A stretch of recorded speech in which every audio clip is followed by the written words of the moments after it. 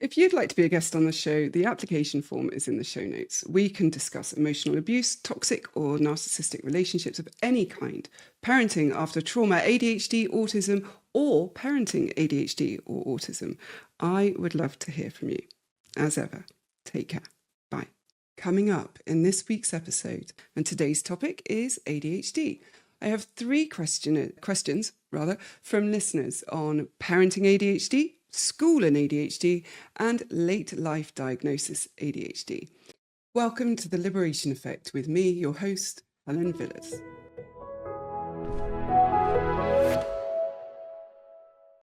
Hello and welcome to The Liberation Effect. This is another perspective. Every so often, I like to sit down without a guest and take a closer look at different perspectives of mental health in general. And today's topic is ADHD. I have three questions from listeners on parenting ADHD, school and ADHD, and late life diagnosis ADHD. If you'd like the resources or to submit your own question, please see the links in the show notes. So let's get started with question one. Let's end the homework battle. You're not imagining it. The nightly tears are not about willpower. They're about capacity. We'll separate ADHD overwhelm from protective avoidance, then build a 1-week reset that actually works quietly, kindly, without shame or a showdown. So here is the question. My 9-year-old melts down over homework every evening. How do I tell what's ADHD overwhelm versus avoidance? And what's the first practical change I can make at home? Such a great question, and one I'm sure many, including myself, can relate to. Let's understand the difference. Overwhelm is a nervous system event. Avoidance is a protective strategy. And both, of course, make sense. Our task isn't to stop either. Our task is to lower the load so the brain comes towards the task. Think kind of scaffolding, not forcing. So we're not being a Victorian tutor with a cane. We are being someone who is supportive and helpful. Because when the brain believes the task is possible and safe, it will engage. And when it doesn't, it of course ejects. And that's all happening at 6 p.m. or whatever time you do your homework. So how do you tell which one you're facing? Well, first you watch the body. Overwhelm would show up as quick breathing, shiny eyes, the I can't loop, freezing as you sit down, tears before the pencil even touches the page, whereas protective avoidance looks clever. It bargains, it detours, it suddenly needs a snack, and it finds deep interest in sharpening every pencil in the house. Definitely not from my own personal experience, but Anyway, let's run the simplest test first. So offer a tiny first step with guaranteed safety on the other side of it. Say, for example, we'll do 2 sums for 3 minutes and then we stop and breathe no matter what. So you start a visible timer. If the body settles and a little engagement appears, that's overwhelm relieved by clarity. If you get a fresh wave of charming delays, shall we call them, that's avoidance trying to keep them safe. Your intervention is similar, but you add more choice and more novelty to engage the brain. You might ask something like, why is this common in ADHD? Well, that's all thanks to challenges with working memory, time perception, task initiation. They all throw obstacles in the way of the brain being able to engage in these tasks. So a 20-minute worksheet lands like 20 years of homework. The ADHD brain just can't see the finish line, so it presses the eject button rather than even look for the start line. And it's at that nasty point that nasty feeling, shame, shows up. And so now you've got 2 problems, the sheet to do and the I'm bad at this story. So let's try and dismantle both of them. What we'll need to do is rewire the brain so it learns that homework isn't Mount Everest, and we'll be doing that by starting with a 1-week reset using chunking and various other tools. So we're using small, precise, kind techniques. We reduce the load, predict the shape, and co-regulate the state. Let me give you the language so you can use it verbatim, and this will be in the downloads that you can get in the show notes. So tonight, set the room. One table, a clear surface, water on the table, headphones nearby if helpful. And as you walk in, what you're essentially doing there is removing any distraction, anything that the brain can latch onto as a diversion and relief from the task. So as you walk in, you say, we're doing 8 minutes, and then we stop, even if we're mid-sentence. I'll keep time so you don't have to. Move the body. Do 10 star jumps. Now 2 big breaths. Sit together. Sit next to them or opposite them, whichever they prefer. And do the first question out loud and say, you talk, I'll write. That's not cheating, by the way. That's unblocking initiation. So start the timer. And when it dings, you stop. Mid-word if necessary, and you say, I promised we'd stop. We can continue after a breath, or we're done for the day. If they stop, you end with, you started when it felt hard. That's the win. Oh, just makes me emotional even thinking about it, because you're celebrating the approach, not the volume of work completed. And that's what's important. You're teaching the brain that you are happy that they have started the thing, not that you're disappointed that they didn't finish the thing, okay? So then day 2 repeats the same kind of structure, because predictability lowers cortisol, which is, of course, the stress hormone, and that allows processing. It allows rational thought and logic to take control, essentially moving the brain from fight, flight, freeze into the prefrontal cortex, where all those things happen, where rationality happens. And so you use almost the same words. 8 minutes, then stop, I'll time it. And do the first question together. You write as they think. If you see panic on the approach, shrink the start again. We're only reading the title and underlining one word we understand. Breathe. Add one answer if there's capacity. Then stop. Don't forget, this is about resetting. This isn't about completion. This is about learning that homework is not threatening, that we are trying to stop the immediate fight, flight, freeze response to the word homework.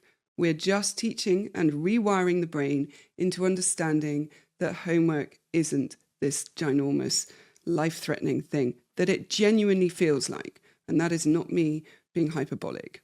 Okay, so on day 3, we're going to start adding choice and chunking, the idea that we break tasks into manageable bite-sized pieces. So 5 questions now, or 3 now and 2 after snack, you choose. ADHD brains come alive with choice and novelty. So giving that is going to be intoxicating almost to that brain. It'll keep them engaged. So keep the timer visible. 8 on, 3 off. Breaks are movement or sensory resets. And in this instance, not screens, because screens are too sticky to leave. So no screens. And if there are any other things that, that might normally be used as kind of downtime or break time that also become sticky, as it were, avoid them too. So externalize the steps with your voice. Read, underline, answer. If needed, put those words onto a sticky note and tap it gently as you move through. And I know there might be a bit of a reaction to that suggestion, a negative one, of course, in the idea that it might be controlling or domineering or too authoritative, but it's not about any of those things. It's about not providing more things for an already jumpy and nervy brain to process. If it's spoken, that means filtering, processing and applying, giving more load, essentially. If it's visual, it's often a lot easier to absorb a lot more quickly. So days 5 to 7 build kind of independence without removing safety. We'll do the first minute together, then I'll sit next to you and fold laundry while you do the next 5. So you're basically body doubling, right? It reduces the cost of staying with the task, and it makes it just easier when there's another person almost holding you accountable. Body doubling is one of the greatest hacks that we can have for ADHD when there are tasks that we don't want to do that need doing. Because when the other person is holding us accountable, the need for it becomes more urgent. And the ADHD brain loves urgency, loves an immediate deadline. So having a person there is going to make it a lot more achievable, So introduce completion tokens lightly. So when we were saying that we're not trying to force completion, we're actually looking at approach and the fact that we've started. There will come a point when completion is made. And so what we actually do is reduce each single chunk to a completion task. So every chunk earns a token. So 3 tokens tonight might mean you choose, I don't know, the family song after dinner, if that's something for you guys, I don't know. It's basically the idea that they get a reward, a big one that they can see that's immediate. That's the other thing about reward with ADHD brains is that long-term rewards, no good. Short, immediate, instant rewards are the way forward. So going back to the structure, end each session with what helped tonight? What's one tweak for tomorrow? So if they shrug, which, 9-year-olds, tweens may well do, you name yourself the 2 helpful things. You're basically teaching metacognition without the lecture.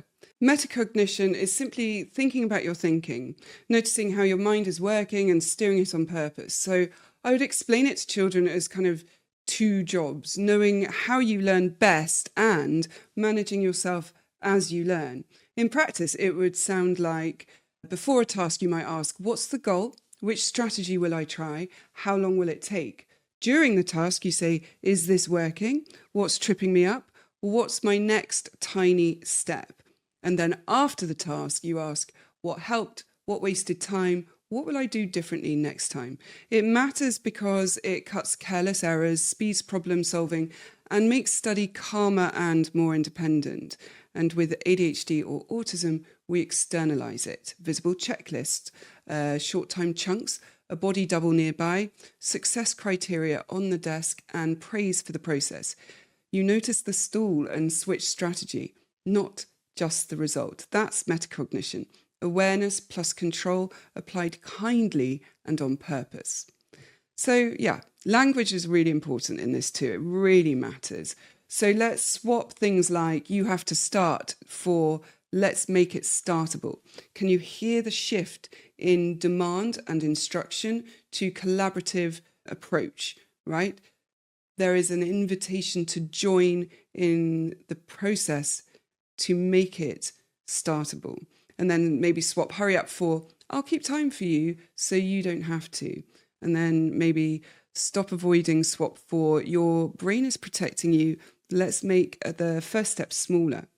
Remember, all of this is not about rebellion or control or any of the other things that can be labeled negatively. It's about capacity, as I've said. It's just about being able to do the things in the way that is expected.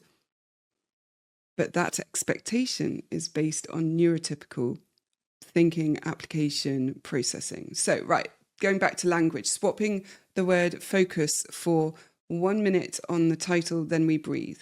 When you do that, kind of heat will drop out of the situation, that nervous energy, the anticipation of attack drops, and then capacity as a result, of course, rises.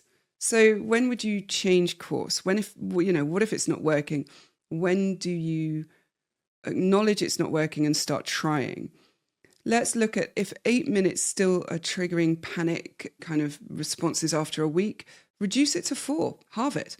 If writing is the choke point, if writing is the thing, then use Scribe or you use voice to text and tell the teacher you're bypassing a bottleneck. You have to remember as well, with ADHD and autism and many of the neurodivergent types, there is very often hypermobility or Ehlers-Danlos syndrome. And what that means is that holding a pen is going to potentially be painful and harder and actually really difficult. And so it might be that finding alternatives to writing with a pen or pencil, whether that's the voice to text or the parent writing it themselves or typing on a laptop, Those are the ways in which we provide accommodations for disabilities that are really reasonable adjustments. So if there's any pushback, this is where you come at it from. But maybe question 2, we'll look at that a little bit. Okay, so if maths, however, for example, provokes tears and reading doesn't, maybe ask school for subject-specific scaffolding. Me removing friction at the bottleneck, not everywhere, right? So we're not doing this across the board. We're doing it where it's needed. So we find the bottleneck, we put the scaffolding in, and we move on. Because otherwise it actually becomes disabling, and that precision beats intensity. Let me demonstrate the script so you can hear the kind of full cadence across the board. You say, we're doing 8 minutes, then we stop. I'll time it. First question together. You talk, I'll write. You pause and then you breathe with them. Then you say, ready? Starting now. You speak the first step to them. You say, read the title, underline the keyword, and now say your answer and I'll write it. Ding, for example, my little impression of an alarm going off. And you say, that's time. You can stop here, or we can do 1 more minute to finish the sentence. They get to choose. You do not influence in any way. And then you end with, you started when it was hard. That's the win. Same time tomorrow, same plan. If they refuse entirely, which is of course possible, you don't chase. You say, we'll try again tomorrow. Your job is one helpful thing for your brain now. Water or a walk. Choice without debate. This is where we step into parent role and take charge, okay? We are not giving too much choice. We're not negotiating. We're not engaging in a battle of wills. We are just instructing, okay? And it's not unkind. It's actually safety, especially for a brain that is on guard, scared, and needs help making those decisions and choices. So what if refusal becomes the pattern? Let's shrink it again, okay? We'll set the timer for 2 minutes. We only look at the title, then we stop. Basically, what you're doing is you're proving safety with evidence, right? The thing about that bit is come back again to you're not trying to get the homework done. You're trying to show the brain homework is safe. Maybe you need that on a sticky note. You're saying, make homework safe, not complete the homework, okay? So if emotions start running hot, you match the nervous system, not the content. Calm voice, few words, longer exhale.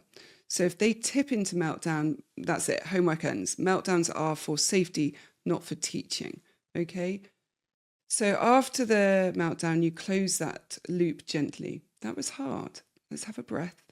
We're safe, okay? We're not punishing meltdowns ever. Tomorrow, you return to the smallest possible start. Again, the winner's approach, not output. Maybe that's what you put on your sticky notes. So, yeah, you're setting one promise to yourself as the adult. I will stop when I said I would. So even if they're into it and they're going, you still stay, we can stop now.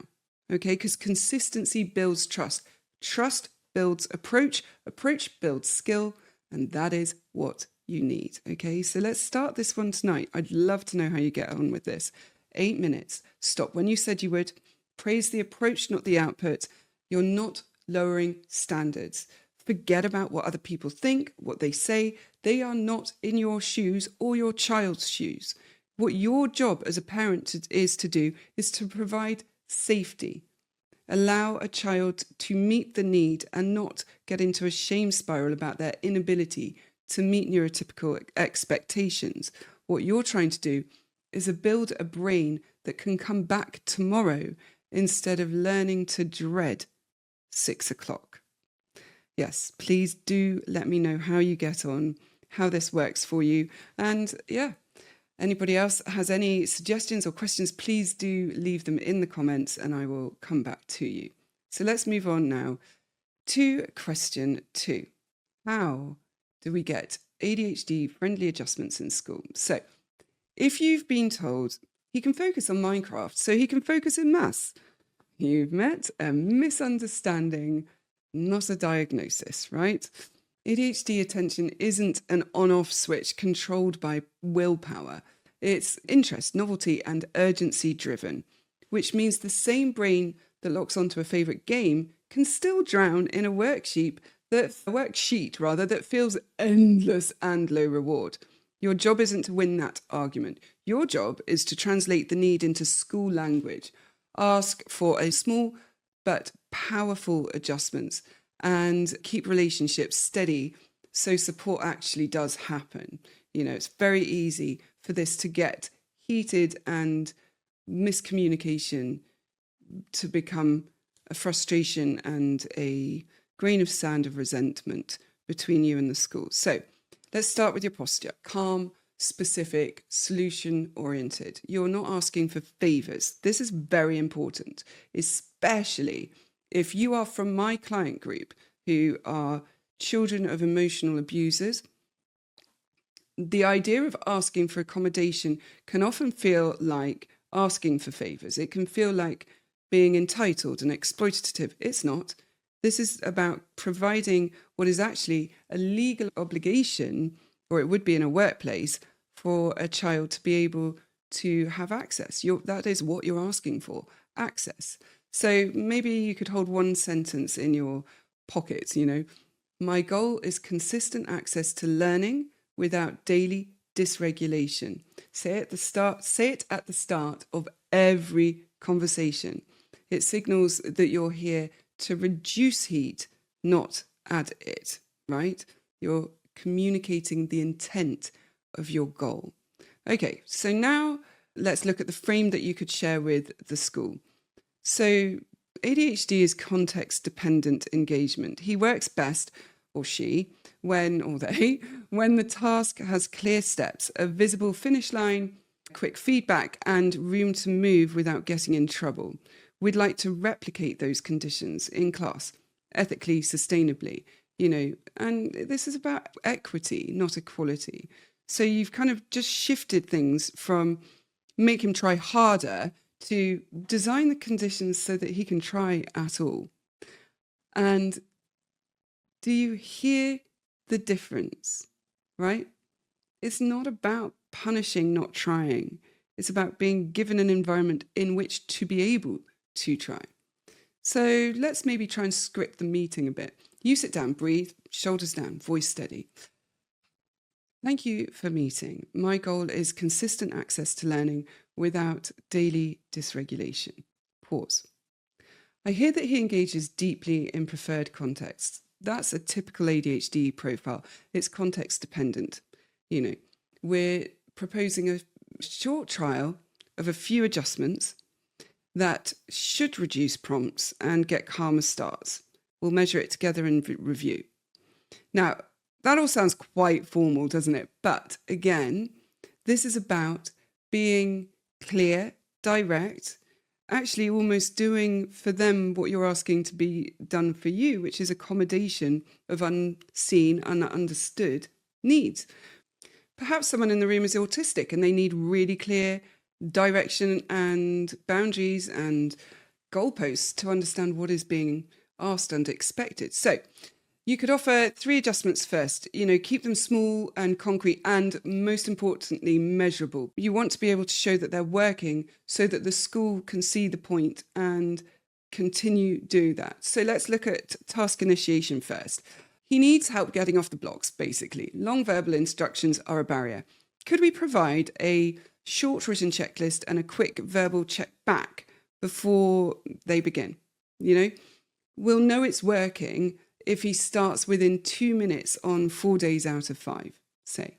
Look, so we're allowing the idea that there might be other factors that contribute to the idea that he's not starting, but we're also saying this is the bar of success. This is the measure that we're using to say it's worked and therefore worth continuing with, right?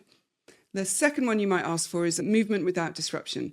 Sitting for 30 minutes for an ADHD body when they are hyperactive or combined, that's a barrier. It's a complete barrier to learning. Could we offer a stand-sit option at his desk and one short jobs break each lesson, take a note to somebody or put something away or whatever it might be, we'll measure success by at least a 50% drop in adult prompts over the 2 weeks. So as in, do this, focus, concentrate. If the child is needing less, then again, it's worth continuing and employing, right? And the third one you might offer is success before challenge. So a sheet of 20 problems can be really overwhelming. Could we present the first 5 only and then unlock the rest after a quick check-in? We'll know it's working if the first 5 are completed on most days. Again, going back to the idea that there could be external factors or off days that mean that 5 out of 5 is not necessarily a good representation. Because if you think about it, that's 100%. And how often do they expect students to actually get 100% in tests? Not that often. It's rare. So let's lower the bar to an achievable percentage. And 80% is still pretty high. So maybe we're even less than at the beginning initially anyway. But essentially, let's look at whether there is improvement throughout the accommodation. Okay, so you're not producing an essay, you're making 3 specific experiments, right? So you time box them, 2-week trial, then review the data, and this is you working collaboratively and you're working with them. And by using that phrase of like, we'll review the data together, it lowers anxiety for teachers because it promises an endpoint and that collaboration I mentioned.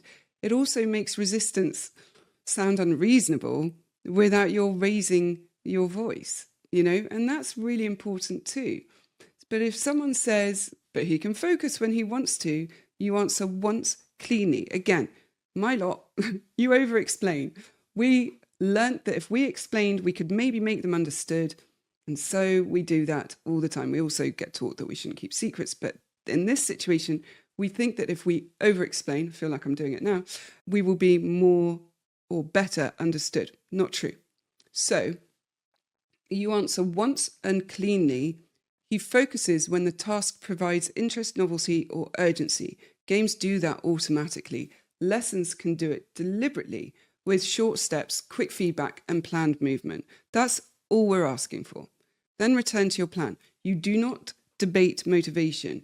You redesign conditions. You don't have to justify why what you are suggesting you think will work, right? Or why they have ADHD and can engage with Minecraft and not with maths problems, okay? So keep your tone warm but spare. Credit effort early. The visual you added last week halved his start time. Thank you. That tells us he responds well to concrete steps. Then ask for the next test. Could we keep the visual and trial the stand sit option now? You'll send 1 follow-up email the same day. 3 short paragraphs. Here's what we agreed. Here's how we'll measure it. Here's the date I suggest for review. Subject line, trial of adjustments for child's name, 2-week review date. You're leaving a paper trail without sounding litigious. It matters if you ever do need to escalate, and it helps everyone also to remember the plan when the weeks get busy, which is absolutely reasonable. Teachers are under huge amounts of pressure, being asked more and more of without being given the resources to do so. So you being clear and you being collaborative will lower that anxiety and also remind the teacher to stay on task with it. And I'm very conscious that this is going to feel very uncomfortable to many people because it feels entitled and instructional. I can even imagine some teachers sitting here going, you can't tell us to do that. That's not your job. But we can. And what we're doing is not unreasonable. They're not massive mountains. We're not asking them to be provided with a VR headset and thumping music playing so that they can do what they need to do. We're just asking for really minor adjustments to make their school day better for them, but also everyone else in the class. Now, the role play you can rehearse in your kitchen between you and the teacher. So the teacher says, he can concentrate when he wants to. You say, I hear that he engages deeply in preferred contexts. That's typical ADHD. We've got 3 small adjustments that replicate those conditions. May I outline them? We'll test for 2 weeks and review together. Teacher. We can't change everything for one child. You. I'm not asking to change everything. I'm asking for equitable access using strategies that help many pupils. Short written steps, a stand-sit option, and first 5 before the rest. And we'll measure by start time and prompts. And if it doesn't help, we'll just adjust. Teacher. He needs to learn consequences. You say, we're aiming for learning, not power struggles. When conditions fit, he engages more and needs fewer prompts. That's the outcome we're measuring. If the conversation drifts into character, so lazy, manipulative, defiant, you do not chase it. You return to conditions. We're shaping conditions, not character. The outcome we're tracking is calmer starts and fewer prompts. Repeat the phrase like a metronome. It steadies the room and protects your child from labels that fix nothing. You know, that thing of consequences, there is a place where consequences are appropriate. But consequences for having ADHD? No, that is not appropriate.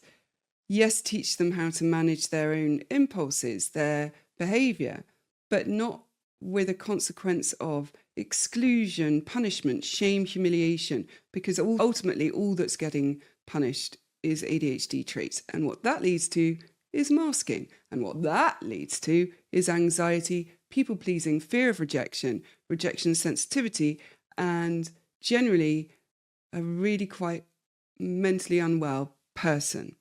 We don't want masking that is not by choice, first of all, but actually when it's by choice, really we're looking at filtering. So if you're scared of rejection, of saying no, have no idea how to trust people, you're not alone, and you don't have to heal alone either. That's what the Hub is for. It's a membership community designed for survivors just like you.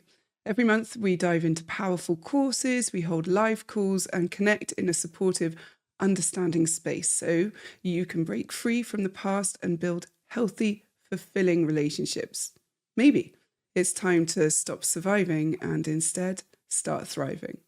Visit jointhehub.ac today using the code POD20 to get £20 off your first month's membership. I can't wait to see you there. Take care. Bye. Let's expand your menu of adjustments in case the first 3 need refinement. Pick a maximum of 5 in any plan. Too many and the whole thing will collapse. The whole system will collapse. So the instruction delivery would be 1, 2, 3 steps written on a mini whiteboard, plus a quick, tell me the first thing you'll do, check back. The check back matters because it shows whether instructions were actually received, not just heard. Very important. Visual timers. When the sound is down to here, we pause and check in. Timers give an external sense of time to brains that can't feel it internally. Hi, it's me, I'm the problem, it's me. Time blindness is something I personally struggle with horrendously. Anyone that works closely with me will tell you this. I manage it in loads of different ways, but I manage it. It's external prompts that help me do so. If I didn't have that scaffolding and structure, I'd be all over the place. Well, more so than I am generally. Anyway, the point being that when we've got visual reminders, this is not defiance. This is somebody's inability. Their brain literally cannot do the thing. So what do? We put in the equivalent to ramps so that it's accessible and doable. Okay, let's go back and look at other adjustments. So seating and sensory, wobble cushions, brilliant. Foot fidgets, you've seen that you can get little bike pedal things that you can put under the table that children can sit and just pedal away at. And not only are they therefore concentrating because their body is moving, getting exercise at the same time. It's brilliant. So the other thing is a chair band, right? So these will channel movement into quiet, important, so they don't disrupt everyone else. Rhythmic motion, again, important, because the rhythm is the thing that is self-soothing, rather than constant disruption. If noise is a trigger, then agree when the headphones are acceptable and when they're not, because, again, there can be a mentality that is well, nobody else needs them, or what if they don't hear me if I'm calling them? And it's okay, but they're not going to hear you if you're calling them when they haven't got their headphones on, if they are overwhelmed by sensory overload, right? So it's not logical to deny headphones. Okay, then we've got the finish later tray, the visible promise that unfinished work won't chase the child into break, because it drops panic at transitions and it reduces bargaining at the door, right? So we're not putting invisible pressures in place. And then assessment flexibility, allowing scribing, typing, voice notes, or fewer questions that still test the same objective. You're measuring knowledge, not handwriting stamina. Go back to what I was saying about hypermobility, EDS, making pencils hard to hold. As a side note to that, you can get triangular pencils that are really, really useful for children that do struggle to hold. And those children also include dyslexic, dyspraxic children too. So yeah, anyway, transition supports. Okay. 2-minute warnings and a visual schedule. So transitions are very difficult for the ADHD brain and the autistic brain. So ADHD is going to struggle even more, right? Transitions need warning. And if there's a visual schedule of either the clock is coloured in or there's something that they can follow, that they can see, they're going to buy the brain enough time to move from one state to another without a fight, without the immediate resistance. And then, like, giving immediate specific feedback. You began within a minute after reading step 1. That worked. So we're noticing to the ADHD child what they're doing, how it's working, what they're doing well.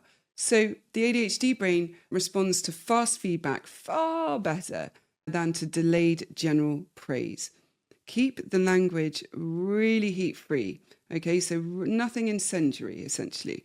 Phrases that work in corridors and emails would be, what first step will make this startable? I'll keep time so you don't have to. We've seen this in the first question, right? So there's a crossover. We'll try X for 2 weeks and then review data. We're measuring prompts and start time. Access, not exceptions. Short sentences, no adjectives. You're not trying to be impressive. You're trying to be implemented. You don't need them to know how much you know, all the thoughts and ideas. You are looking for things to be followed through. Okay? So what if Stash pushed with the idea of, well, he does it for Miss Green? Translated, that tells us that he thrives with Miss Green's structure. So could we copy her first 5 routine in maths and science? You know, if it helps in one room, it'll likely help elsewhere. So essentially, you've just converted a criticism into a blueprint. You've basically gone, yeah, it does work there. So why don't we just do what she's doing in all the different environments where it's not happening, you know? What if the school says something like, we don't have resources? Agree and stay firm though. Yep, absolutely. We're requesting low lift adjustments that fit within existing practice, short written steps, quick checkbacks, and a stand-sit option. So let's trial those first. You know, resource arguments often vanish when the ask is concrete and small. Reasonable adjustments do not have to cost loads and loads of money. The next question you might come up against would be, what if the plan works for 3 days and then slips, for example? Expect human regression. It's normal. It's absolutely normal. We all know this from when they're babies. We have to talk about sleep regression, potty training regression, speech regression. Humans regress. We all have bad days. Think of it in that way. I have a day when I can't organise myself, but then I have a day where I'm the elite, what's the word? What's the lady? Marie Kondo organiser. It's just one of those things, right? So you nudge without scolding. You know, quick check that the written steps are still in place. His start time kind of climbed again this week. Add a photo of the mini board when it's there. People repeat what gets noticed, you know? And so if nothing shifts after a fair trial, you're going to have to move up a notch, but without drama. So we trialed short written steps and a stand-sit option from the 2nd to the 16th. Start time remained above 5 minutes and prompts didn't reduce that. So let's request a review with Senko to consider alternative adjustments. Attach your kind of short log, where you've kept things, dates, strategies and outcomes, your data essentially. No heat, just evidence. So we're not criticizing. We're not critiquing in a punitive way. We're still attempting to be collaborative. And just as a side note, there's always going to be the chance that you come up against somebody who is just unwilling to do any of it, who won't work collaboratively with you, who is resistant and, for whatever of their own reasons, unwilling to help put this stuff in place for the child. And in that instance, you're going to have to escalate beyond, and that's going to be tricky. But this is why we're copying the Senko into every email, maybe the head as well, so that the conversation is transparent and the paper trail is transparent too. So speaking of logs, actually, keep yours really minimal. So A, you actually keep it, and B, it's easy to interpret. So you only need 2 metrics to start with. So how long to start and how many actual adult prompts in the first 10 minutes. You can track mood if you have capacity, arrived calm, became tearful at step challenge, but don't build a second career as the family data analyst, right? Simplicity is your friend because it will keep you consistent. So now let's address the idea of the pushy parent fear. This label appears when adults feel out of control. Your antidote is structure and courtesy, okay?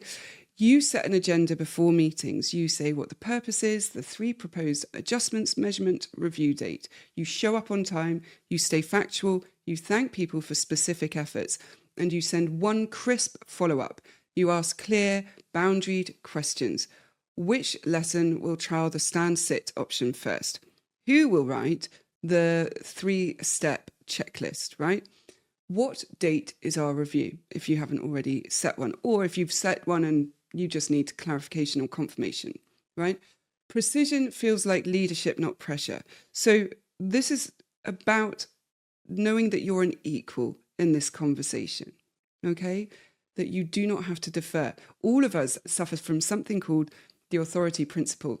And what that means is that when somebody who is in charge, someone in a white coat or a teacher, we revert to deference.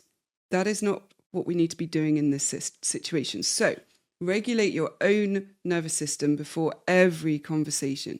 Inhale for 4, exhale for 6, 3 rounds, right? Do it 3 times over. Get your shoulders down, relax your shoulders, loosen your jaw, let your tongue drop from the roof of your mouth. Choose 1 sentence to return to when you kind of get hooked or when things might flare for you. So you're saying something like, my goal, and that lovely sentence, my goal is access without dysregulation. If someone becomes adversarial, you are the adult who chooses process over performance.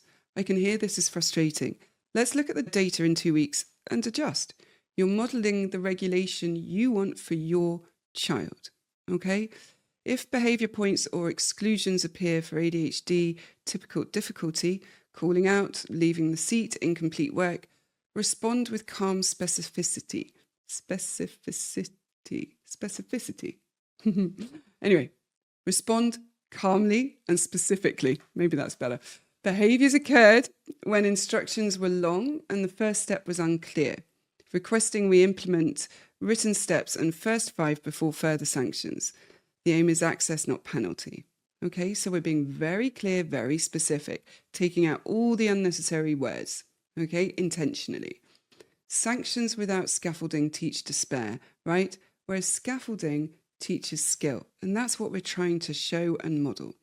Home can support school without turning you into a second teacher, for example. You're mirroring the structure lightly. When homework appears, you say, we'll make it startable, as in the first question. 1 minute of movement, then the first tiny step and a visible timer. Praise the approach. You started when it was hard, not output. If the day's been brutal, replace homework with a regulated body and email the school that you chose nervous system health over a fight no one could win. Okay? You don't need to use that language, but it's basically saying, I chose to make sure my child felt safe rather than force them to do something that was only going to make it worse, more resistance, more anger, more frustration, more anxiety, right? Reasonable schools understand that the child who shows up tomorrow calm will learn more than the one who won last night's battle on a technicality, right? And most schools are reasonable. If they're not, then maybe it's not the school. So let's give you a really brief script for you to kind of copy as needed. Again, this will be in the show notes so you can download it. So opening lines for meetings. My goal is consistent access to learning without daily dysregulation. The myth buster. He focuses when conditions supply interest, novelty or urgency. Lessons can supply that deliberately with short steps, quick feedback and planned movement. Okay? And then 3 asks, short written steps with a verbal checkback, stand-sit option, +1 jobs break, in inverted commas, the first 5 before the rest, all on a 2-week trial. And if challenged, you say we're shaping conditions, not character. We'll measure by start time and prompt. Okay? And then your email closing could be, thank you for trialing X and Y, reviewing on date X. I'll bring the start time and prompt data so we can decide what to keep and what to adjust. And then if you do have to escalate, you can do it without heat. You can do it without tension or stress or argument. We trialed X from this date to that date and the outcome was unchanged. So requesting a Senko review and alternative adjustments.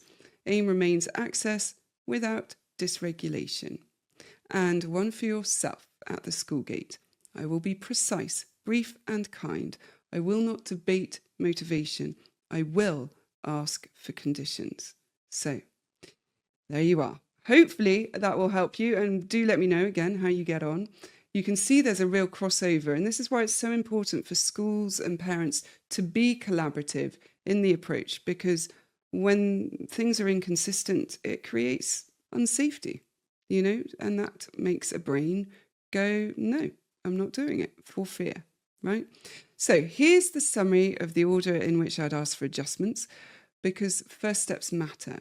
Start with task initiation supports, short written steps and a check back. Add a stand-sit option and 1 predictable movement break. The first 5 then, before the rest of a task. And if writing is the choke point, add scribing or voice to text. If noise is the trigger, adjust seating and agree headphone rules. If transitions are the problem, add a 2-minute warning and a visual schedule. Each one is small, and together they completely change the day. You're not pushy. You are precise. You're not asking for special treatment. You're asking for equitable access. Hold your line with quiet confidence. Keep language short. Keep trials time-boxed. Keep measurements clear. When adults align, children regulate. And that's the point. That, of course, is the win. So, hope that was helpful. And it's time to move on to question 3. Okay, question 3 is, I am late to my own ADHD diagnosis and feel guilty about years of inconsistency, in inverted commas. How do I reset family routines without turning the house upside down? So let's begin with the truth. You were not inconsistent, you were unsupported. This is really important. That shaming of yourself for having something you didn't know you had and trying to cope and survive with it in the only way that you could is not failing. Actually, it's pretty bloody amazing if you ask me. Anyway, ADHD kind of affects how you start, how you remember steps, and how you feel time. Willpower alone was never going to beat that, right? Shame tells you that better character would have solved it. Science says better design will actually solve it. So you do not need a different personality. You just need a different plan. It's really simple. There are 3 design rules that will kind of hold the house, or hold the whole house, especially if there are other ADHD or autistic children or people in the home. First, externalize everything, right? When the wall remembers, the brain can relax, right? It's got to be visual though. You've got to be able to see it. Otherwise, if it's behind something, you'll forget it exists, okay? So second, shrink the first step, momentum over perfection. And third, stabilize with review, not guilt. Guilt is a useless emotion, especially when it comes to trying to change how we do things. We adjust weekly with evidence, not with kind of post-mortems of the carnage of what's happened. Okay, so now, let's look at doing a 1 week reset like we did in the first question, but you can run this without any kind of drama. So on Sunday, call up a 10-minute family stand-up meeting. So we're only doing it for 10 minutes. There is going to be a timer on, and that is going to be the law. Okay, so you're going to say, so new diagnosis, new design. We're going to try some small changes for 1 week, and then we're going to review. No one's in trouble. We're designing for real brains in a real house. Keep your voice slow, keep your shoulders down. You are the thermostat, okay?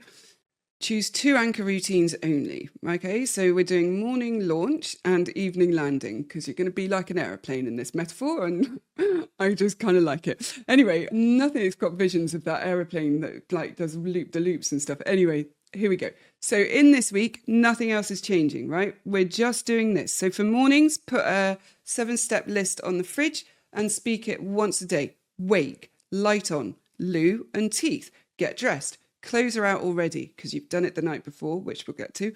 Breakfast, same options all week. Bag check that with the card that says book, bottle, lunch, laptop, shoes by the door.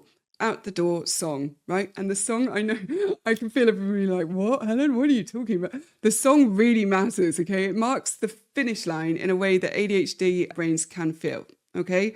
So for evenings, let's do the same, but we're repeating like a calm cadence. So bags to the landing zone, 5-minute tidy, timer on, layout tomorrow, clothes and bag now. Dinner in this 1-hour window, devices off the table, wind down for 20 minutes. Same thing each night. Lights out, aim at this time. We're not perfect, we're just consistent. Speak it the same way. Predictability is not boring, it's regulation, it's safety. Your personal supports are practical and shameless, right? So you're not doing anything, or rather you're not shaming yourself for any of these things. Set labelled alarms. I've got one on my phone every day for 5 p.m. says take medication for my last ADHD pill. And the reason I do that is because I forget it every single time. And when I forget it, I end up staying awake all night because I get bounce back symptoms. If you don't know what they are, please Google them. It's really, really important. However, so we are setting labelled alarms, lay out clothes, fill bottles, put forms in a bag. Ask a friend to be a body double by your phone while you prep bags. You know, whether it's on the phone, you're voice noting, whatever it might be. If one of the children can even do that, okay? Body doubling is just the greatest hack. So then, yes, so tick checklists with a pen. And the reason we do it with a pen is because physical ticks will help ADHD brains feel the completion, and they get a little boost of dopamine when they do. So narrate none of this is as a failure. Say, we are making it visible so we do not have to remember. That is smart, because it is, right? Do a quiet friction audit. Anything you avoid gets moved closer, simpler, or automated. Lunchboxes live by the sink, not up a ladder, okay? Make it easy, easy, easy for yourself. Uniform lives in 1 drawer, not 3.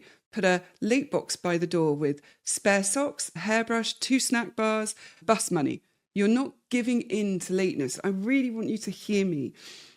We are not penalising you for not being able to meet neurotypical standards and expectations. So we're not giving in to lateness. You're removing the panic so the day can start, and it can start calmly, that things that go wrong are accommodated for. Because here's the thing, with or without ADHD, things like this happen, okay? We all sleep through alarms. I did this morning.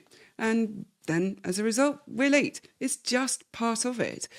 It's part of life, the human experience.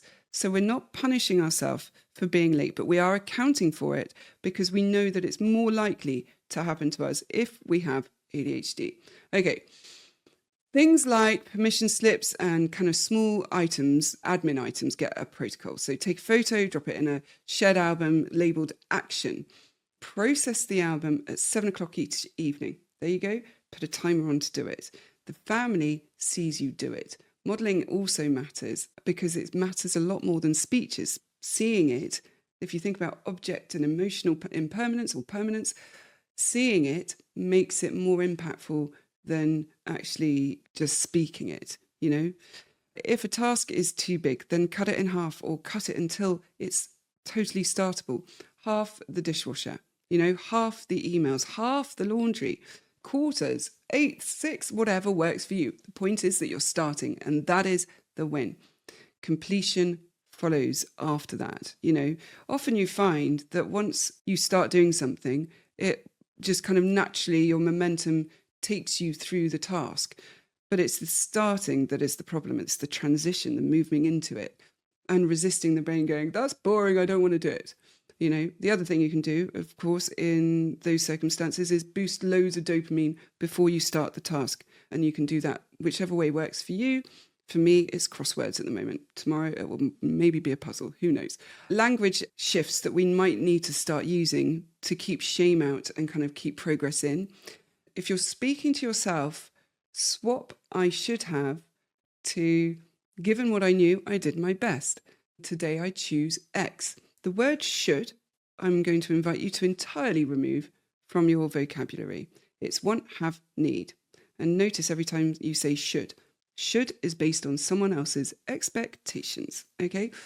To the family swap, we're rubbish at routines for we're building muscle 1 week at a time. Praise, process, not personality. We use the checklist even when we're tired. Solid work, team. That sort of thing, that kind of boosting of the attempt, not the outcome. Hold a weekly review that lasts 10 minutes and includes absolutely no blame. And we're only asking 3 questions. What worked at least twice? Let's keep it. Pause. What wobbled because of friction? Okay, remove the friction. Do not add shame. Pause. What one tweak do we try this week? Only one. We're not doing any more because any more changes leads to collapse. One change will stick. It's like anything. If you go all or nothing, which given the ADHD brain, you're likely to, you are going to make the system fall over. So let me give you an evening, for example, kind of the script thing in full so you could hear it. So if it's ordinary, really, by design is the point. So let's start. You would start by saying, bags to the landing zone, timer on for 5, music on. Tidy until it dings, breathe. Clothes and bag for tomorrow, lay them out now. You point to the late box. Safety net is in place. Dinner and fill it up, by the way, if it needs doing. Right? If you took something out this morning, put something back in this evening. Dinner is in this hour. Devices stay off the table. And after dinner, right, wind down for 20, same every night. Then, lights off, aim for this time. We're not being perfect, we're being consistent. When it's done, you say, we ran the system. We'll adjust next week. Okay? That is the entire speech. No forensic self-critique, no character trial, just design. Then, gentle iteration. If you share a home with children who also have ADHD, the same rules apply with more visuals and fewer words. Every time we add words in, we're making it harder to achieve because of, as I said earlier in question 2, that is, or 1, whichever it was, 1, I think, about processing, that it makes processing so much harder. So use pictures on the fridge, use a small whiteboard by the door, keep spare pens where the whiteboard is, keep shoes where shoes are put on. Stop storing things in rooms where they are never used, right? Because closer wins every time. Okay. If you hit a week where everything falls over, just strip it back to the 2 anchors and 1 hotspot. Do the anchors, the ones that you know that work, and name the kind of hotspot. Mornings and evenings hold. The hotspot this week is forms. We'll process the action album at 7. That is all. Success is about consistency, not variety. So again, this is not about failing. You did not fail. You were undiagnosed. And now with these sorts of things, you can be supported. Okay? We have to stop viewing not knowing as failure because it wasn't your job to know. You don't have the degree that diagnoses that. You don't have the knowledge. And even if you do, you can't do that on yourself. So let's look at how, moving forward, you can be kind to yourself whilst providing systems, because systems don't remove humanity. They remove chaos so humanity can breathe. 2 anchors, 1 review, and the discipline to cut tasks and still they're startable. And that is how a house steadies. And that is how guilt stops spending your energy for you. And the other very important part to remember about all of this, every single question I've answered and everything I do, there is more than one way to be human. And there is absolutely no right way to be human. So there we are. That's it for today. Thank you so much for listening. And as ever, all that remains to be said is take care. Bye.